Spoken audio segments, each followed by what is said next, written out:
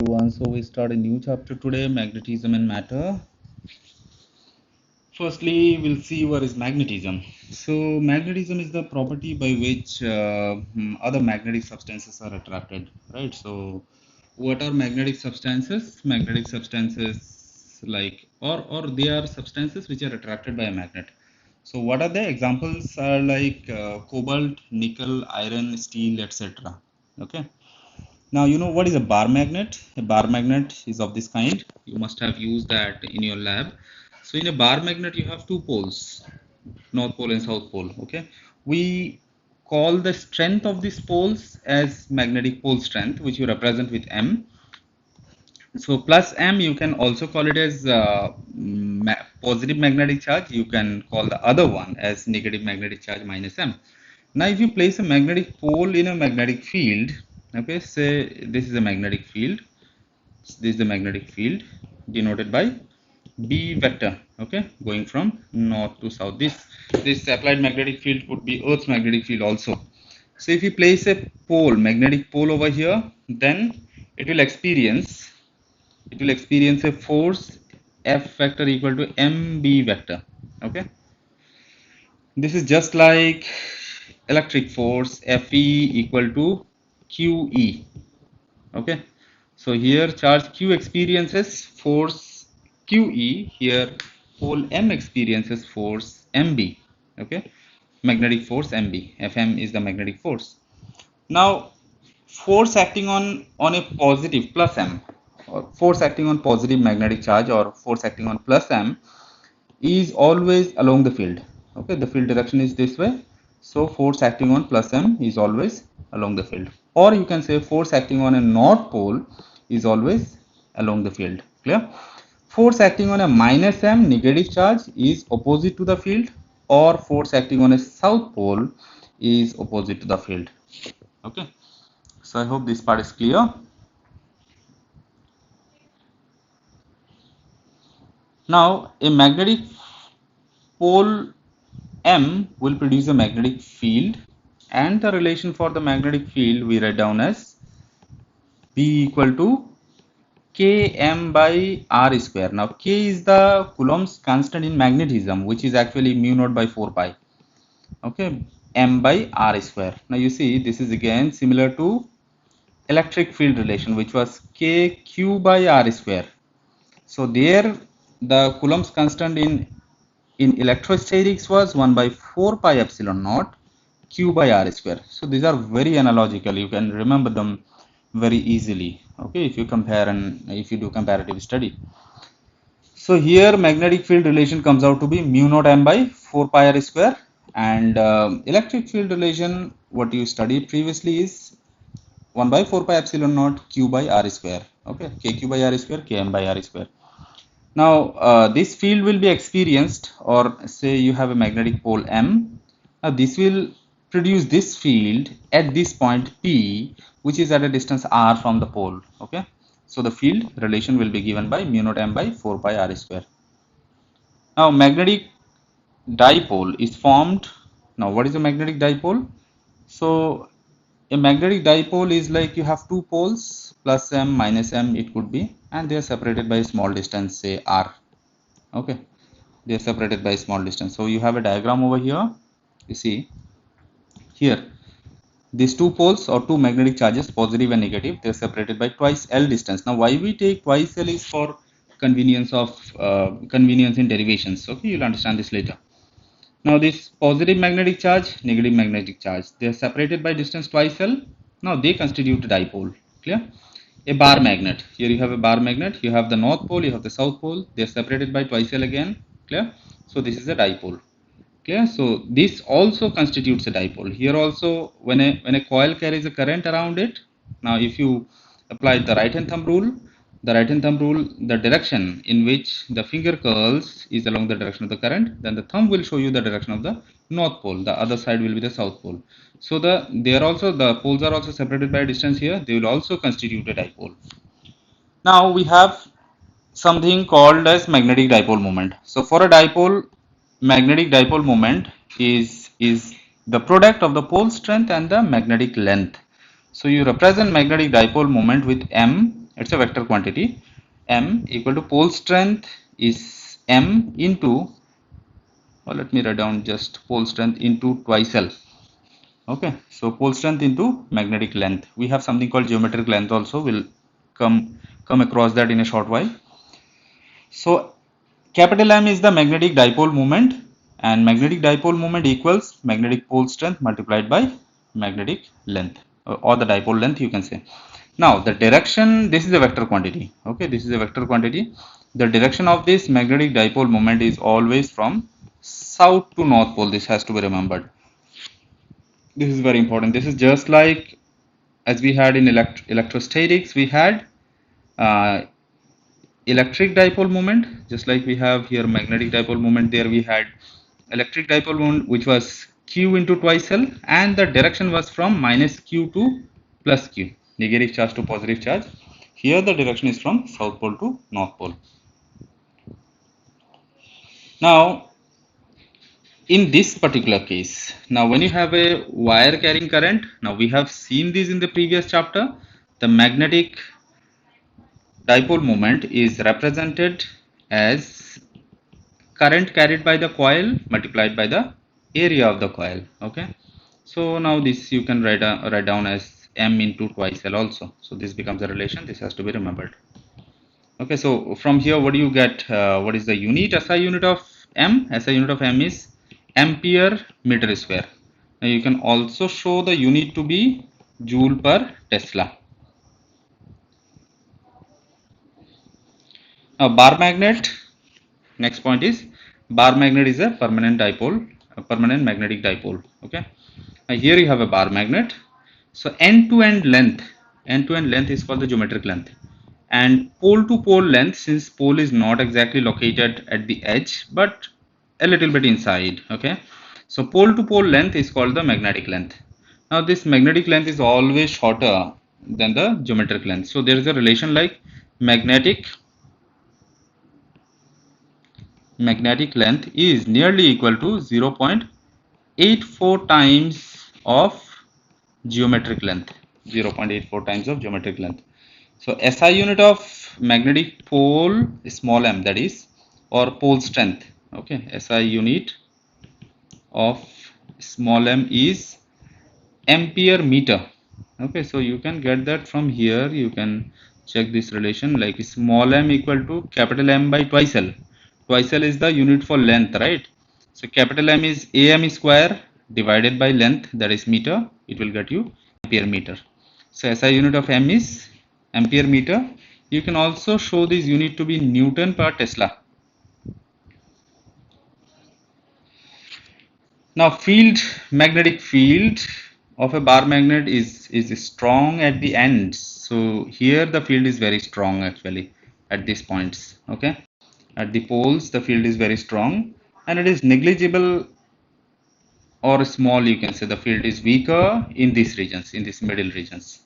Okay, now unlike electrostatic monopoles, unlike electric monopoles, magnetic monopoles do not exist. Now you see in electrostatics, a isolated charge can exist. Like you can have a positive charge standing alone or existing alone. You can have a negative charge existing alone.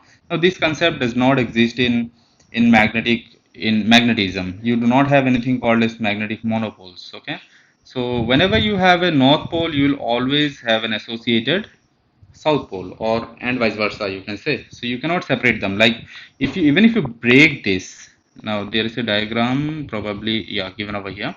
So even if you break this, you see you have a magnet and you break it into two parts, then again it will constitute a dipole again. It will create a dipole again. So magnetic monopole do not exist. Okay, now in the next diagram you can see a bar magnet is shown, and when suspended freely, if you freely suspend a bar magnet, you tie it with a string and you hang it in air and you don't disturb it, you'll see that it will align along the north-south direction, okay, of that region. So that will be the natural alignment of a bar magnet, or this is also the case of a magnetic compass. Now in a bar magnet, the line which passes through the poles, the north pole and south pole, okay, that you call as the axial line. Okay, and another line which is perpendicular passing through the midpoint, okay, and passing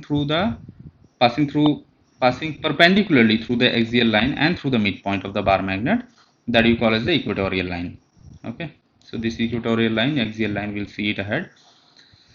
So equivalent magnetic moment of a system. Now, as we have seen the relation for magnetic moment, now we will see if you have an arrangement where you have two bar magnets, they are aligned in certain angle, okay, and then what you have, the resultant magnetic moment. Now you see, in both the cases, the magnetic moment direction is from left to right, okay, and we are considering a situation where their magnetic moments are different, like m1 and m2. Okay, the direction is very much important over here, that the direction of the magnetic moment is from left to right in both the cases. Now the relation for equivalent magnetic moment here, magnitude of equivalent magnetic moment is equal to m1 square plus m2 square plus 2 m1 m2 cos theta. Right? This is the relation, exactly the same relation as we got in parallelogram law of vector addition. Okay. So now if this theta is 0 degree, what will happen? If theta is equal to 0 degree, cos 0 equal to what? Cos 0 degree is equal to 1. And therefore this relation will get you m1 square plus m2 square plus 2 m1 m2. So that will get you m1 plus m2 whole square, and you have a root over sign there. Therefore finally you will have like m, in case when theta is 0, then m will be equal to m1 plus m2. Okay, so that is your first case. The second arrangement, in the second arrangement, what we have done, we have flipped the direction of one of the bar magnet. Okay, so the magnetic moment direction is now right to left for the second one, and the first magnet has the same direction as before.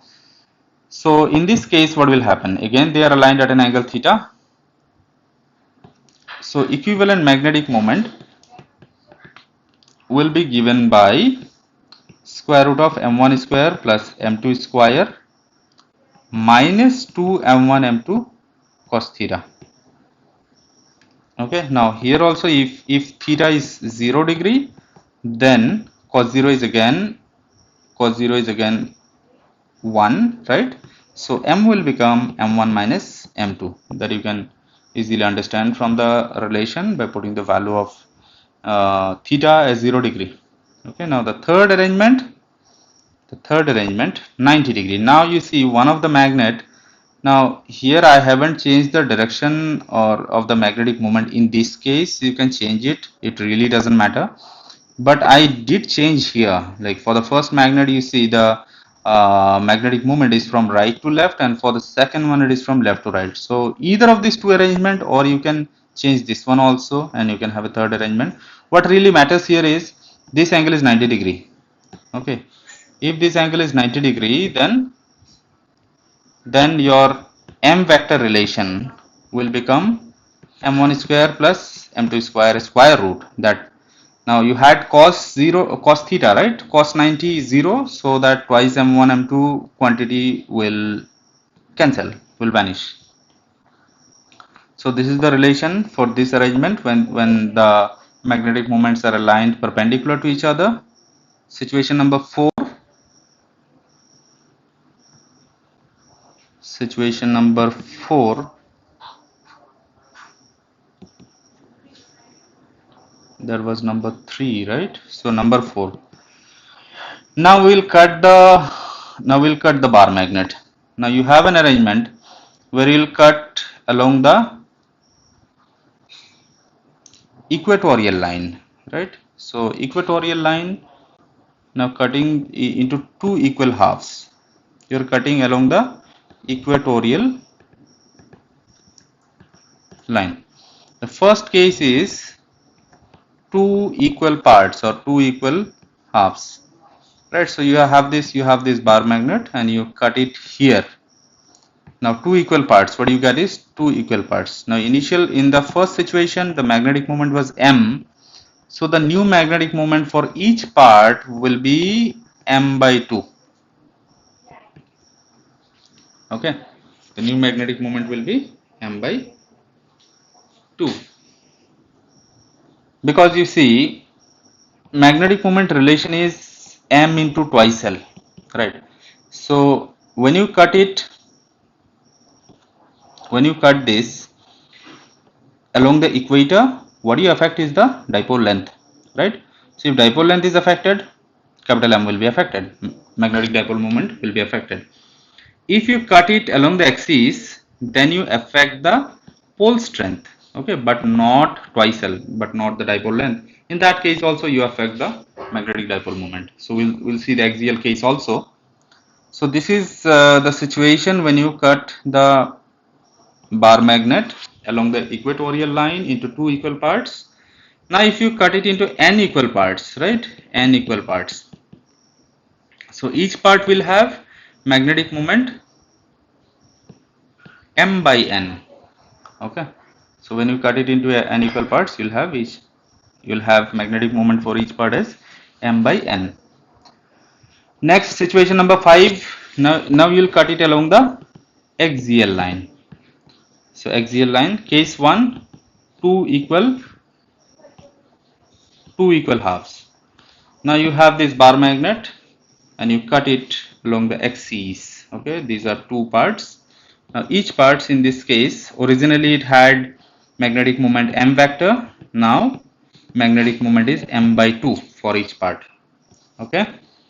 Next, the second situation, you have this bar magnet and you cut it axially into n equal parts. Each part will have magnetic moment. Now originally it had m, each part will have magnetic moment m by n. I don't think these are difficult. Now situation number 6. Now we'll cut it along the axial line also and equatorial line also. Okay, now we cut this in such a manner. The first situation is, I write down axial and equatorial. Okay, you cut it along axial also and equatorial also. Now first situation is, you cut it in such a manner that you produce four equal parts. Like you cut this bar magnet in such a manner that you create four equal parts from this bar magnet. Now originally the bar magnet had magnetic moment m. Now the magnetic moment for each part is m by 2 square, that is m by 4. For each part it is m by 4, okay. So if we talk like the second situation, if you cut this axially n parts, okay, equatorially n parts, then each part will have magnetic moment m by n square. So this will be the general relation. Okay, so accordingly we can say, like if you cut it like axially once, like equatorially once, like you have created two parts, and then axially thrice, right?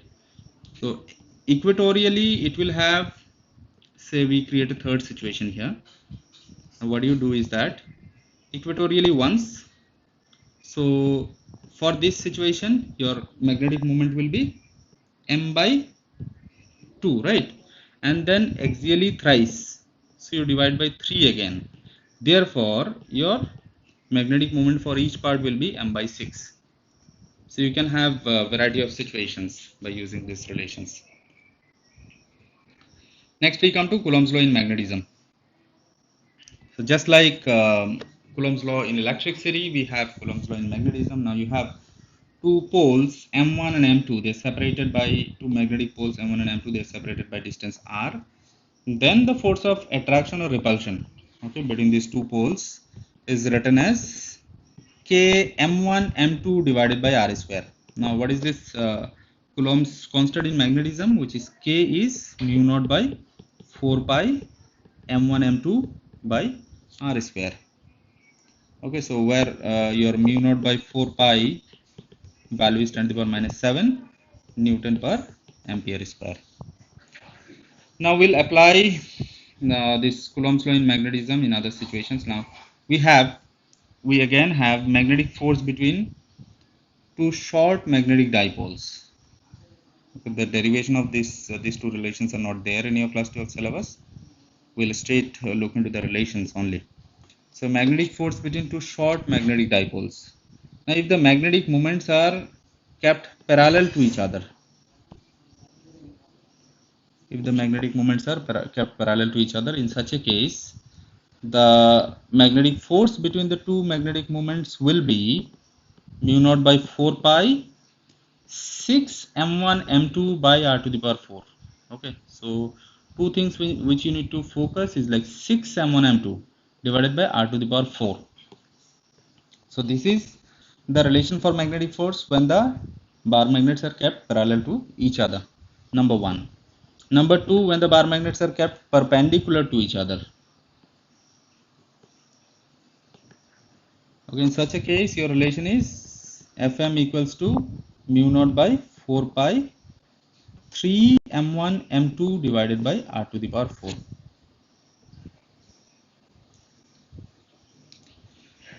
Okay, now we come to magnetic field intensity. So magnetic field intensity, you denote that with B vector. We have come across this already. The SI unit is Tesla or Weber per meter square, and the dimension is mt minus 2 a minus 1. You can work out the dimension yourself.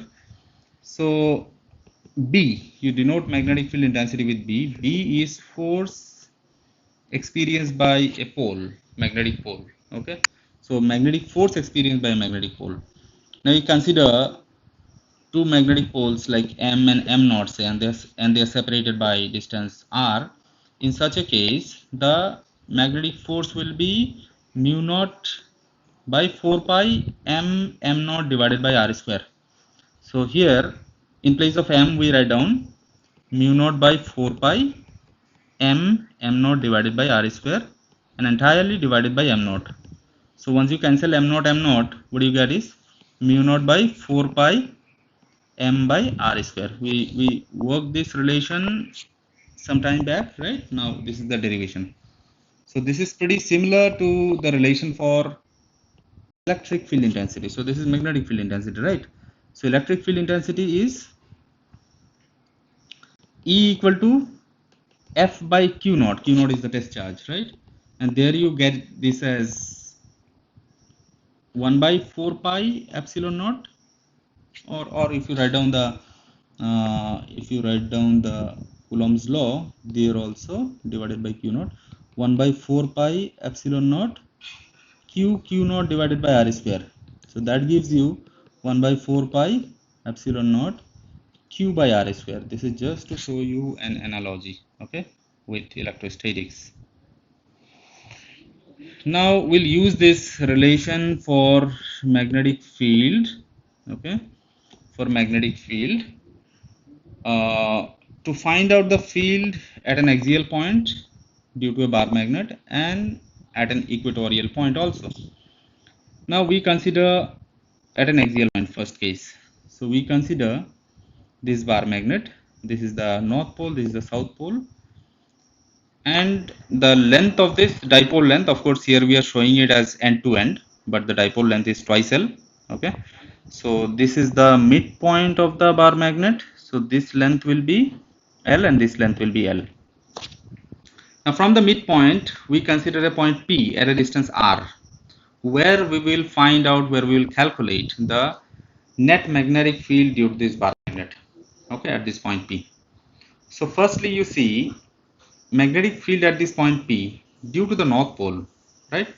Now whenever you consider this, whenever we consider a point where we find out the magnetic field, we usually consider a test north pole, remember, okay? So if you have a north pole here and you have a north pole here, right? So north pole will repel. Therefore, the first field, that is B1 field, will be away, directed away. Okay, north and north repel, therefore it is directed away, right? Second, this is again north pole, this is north pole, test north pole. So the field at this point P due to the south pole will be attractive. Therefore, you see B2 is directed along the south pole. Clear? So now we will have to calculate what is the net field. Okay.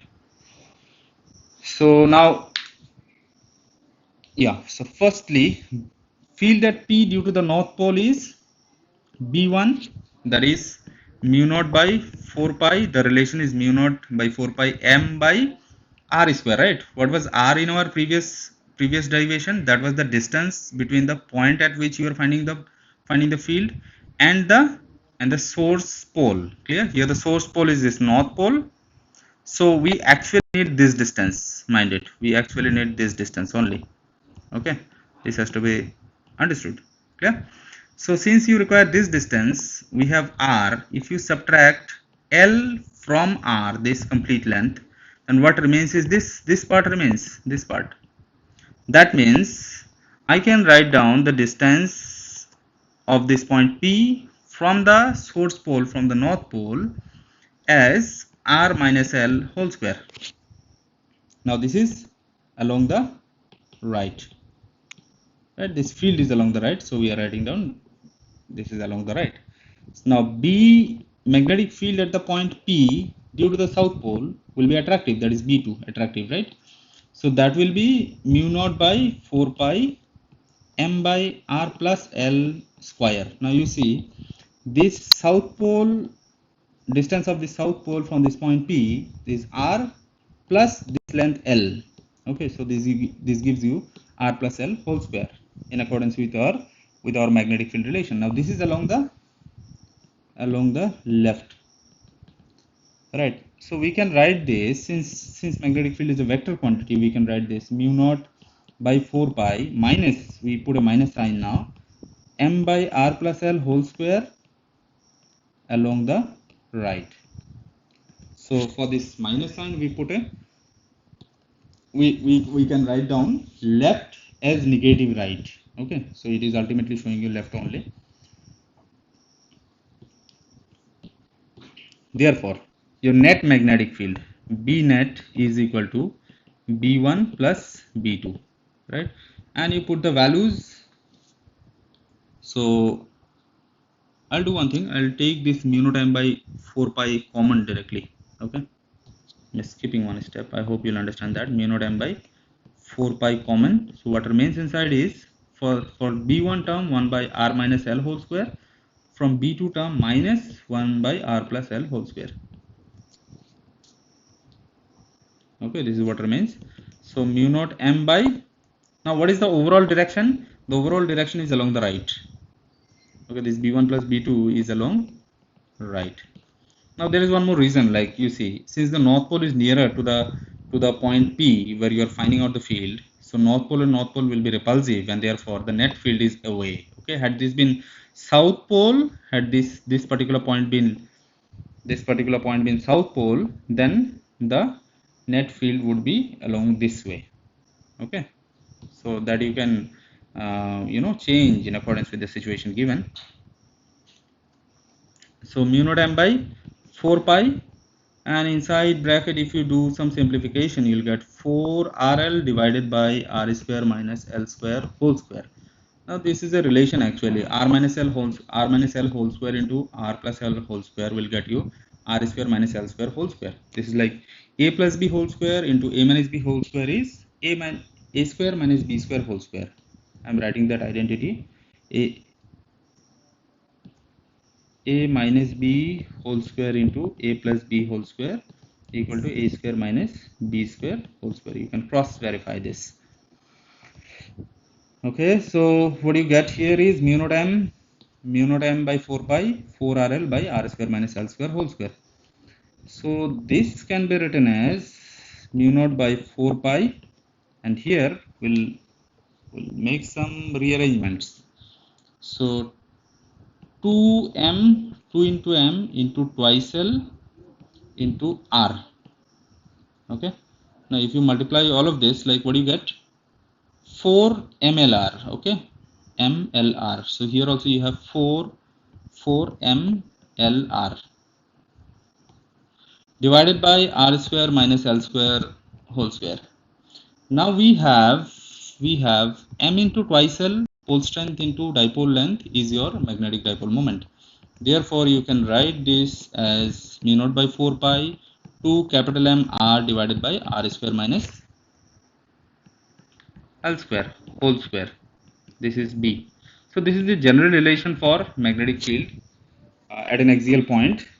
Now, if you look at the diagram, if this point P is very far away, very far away, then R will be much greater than L. Okay. In that situation, L is smaller, then higher powers of L will be even smaller, and then you can neglect this L square quantity. So I write down if R is much greater than L, then the relation B will become mu naught by 4 pi 2 mr divided by r to the power 4, since you have neglected L square now. So this gets you mu naught by 4 pi 2m divided by r cube. So this is your relation. This is your relation considering this special case.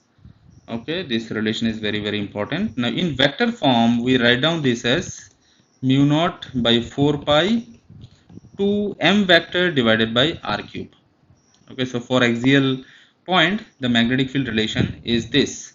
Now in the arrangement that we have in the diagram, in accordance with that, the magnetic field direction is in accordance with the magnetic dipole moment direction. So you can write down B net is along m vector.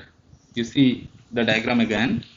Look, B net magnetic field is along the right, and dipole moment is from south to north, that is also along the right. So they are along the same direction. Therefore, we can write down that B net is along the magnetic dipole moment m vector. Okay, so this is the first case for magnetic field due to a dipole. The second situation is at an equatorial point. So we have this bar magnet now. North pole is here, south pole is here. Okay, so equatorial line is this, right, from top to bottom. So you can consider a point here also, here also, here also, wherever you want. So again, we'll consider a point P which is at r distance from the center. Previously, it was at r distance along this side. Okay, you could also do it along this side. Now this is at r distance. This point P is at distance r from the center of the dipole. Clear? Now you join these lines. Okay. Now you are finding out the magnetic field here. Now consequently, you will consider a test north pole here. Okay, so you have a test north pole here. Now field experienced by this north pole due to this north pole, due to this source north pole, will be away. Clear? Repulsive field. So B1 is acting along this way. Field experienced by this test north pole due to this source south pole will be along this direction, right? Attractive, unlike poles, right? Attractive. Now since one field is along this way, one field is along this way, therefore the net field will be somewhere in between, considering the magnitude. If they are of same magnitude, B1 and B2, then it will pass exactly through the middle. Okay. Now if this angle is theta, right, then this angle will also be theta. Clear? These are two parallel lines and this is the transversal, right? Now since this is the midpoint, right, this angle will also be theta, since this line is the bisector, and you connect these two lines in this triangle. This angle is theta, then this angle will also be theta. Now again, these are parallel lines. This is the transversal, so these are alternate angles. So this is also theta. Okay. Now the dipole length is twice L, and this particular length is L. This particular length is L. If this is R and if this is R and this is L, then this hypotenuse Pn will be R square plus L square to the power half. So in the figure, you see cos theta is base by hypotenuse, right? So what is the base here? L. What is the hypotenuse here? R square plus L square to the power half. So L by R square plus L square to the power half. So cos theta will be using it ahead. Now first, magnetic field, that B1 field, okay, magnetic field at the point P due to north pole. So what is the relation? The general relation is mu naught m by 4 by r square, right? That r was actually the point distance between the test pole and the source pole, you can say. So here B1 equal to mu naught by 4 pi. The pole strength is m, okay, the source pole strength is m by distance squared. So this Pn distance is squared. So Pn is r square plus L square to the power half. So when you square it, what you get is r square plus L square. Okay, now what is the direction? Well, here you don't have right and left, the direction is along this way. Okay, along NP you can write down in case you want to. Now B2, say we are writing this as vector B1. Now B2 is mu naught by 4 pi m by, again it is r square plus, now we will talk about this hypotenuse. The distance between this point P or test pole and the source pole is SP square or PS square. This distance is also same as this, right? So this will get you r square plus L square. Now the directions are different, but their magnitudes are same, right? So B1 vector magnitude is equal to B2 vector magnitude. We can write this. Now the net field will be along B net as shown in the diagram. Net field is this. Therefore, now if you split this B1 vector and B2 vector into components, look, B1 vector will have component B1 cos theta along this left direction, along this direction, and B1 sin theta, which we, even if you don't mention that, it does, because it cancels with B2 sin theta. B1, this component is B1 sin theta. Similarly, B2 has component, or let me write down here, let's do one thing. Okay, so B1 will have component B1 cos theta along the left. B2 will have B2 cos theta, right, along the left. So this 2 will give the B net magnetic field. Now B2 will have another component along this direction, which is B2 sin theta. Now as we have figured out that B1 and B2 magnitude are equal, right? Therefore B1 sin theta and B2 sin theta will cancel out each other, right? And B1 cos theta and B2 cos theta will add up to get the to give the net magnetic field. So we can write down B net equal to B1 cos theta plus B2 cos theta.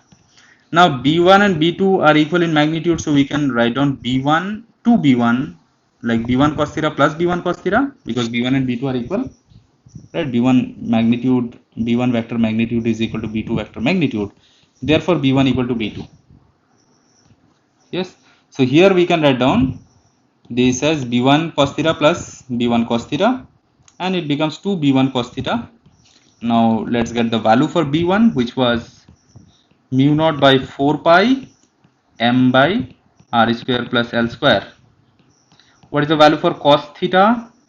The value for cos theta that we have worked out here is, or let me copy that thing directly, save time.